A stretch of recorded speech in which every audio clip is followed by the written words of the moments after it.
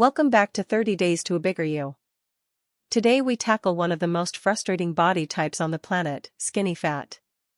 Low muscle, high body fat, average weight on the scale, and a mirror that lies to you every single morning.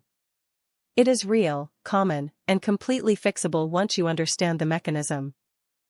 Here is the hook that will save you years of frustration: your scale weight is practically useless when you are skinny fat.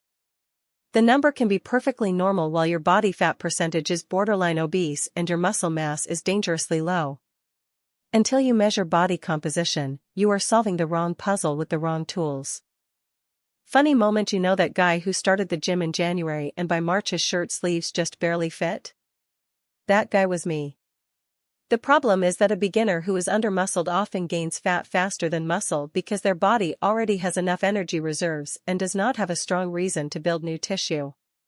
Without heavy enough lifting and high enough protein, the surplus fills fat cells instead of muscle fibers.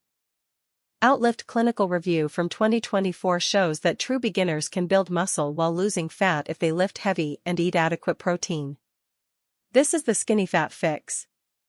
Transparent Labs 2026 research explains the leucine threshold. Hitting roughly 2.5 to 3 grams of leucine per meal activates mTOR and triggers muscle protein synthesis preferentially over fat storage. The strategy is high-quality protein and progressive overload, not more cardio. 60% of the population in industrialized countries carry excess body fat even when their BMI technically says normal. The scale alone will not catch skinny fat.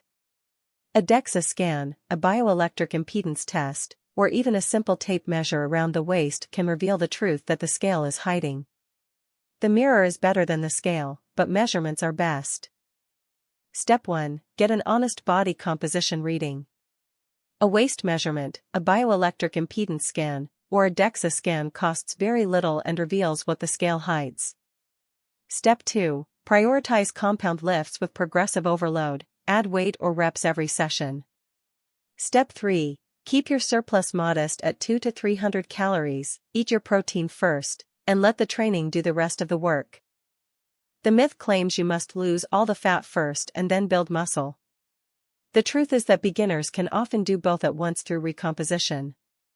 A 2024 to 2025 evidence review from Outlift and BodySpec confirms that heavy lifting plus high protein drives muscle gain while your body taps into fat stores for the rest of the energy equation.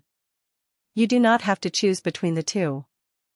Today we exposed the skinny fat trap: the scale hides body fat, compound lifts build muscle, and a modest surplus works better than cutting first. This has been InfoVital. Like, subscribe, share.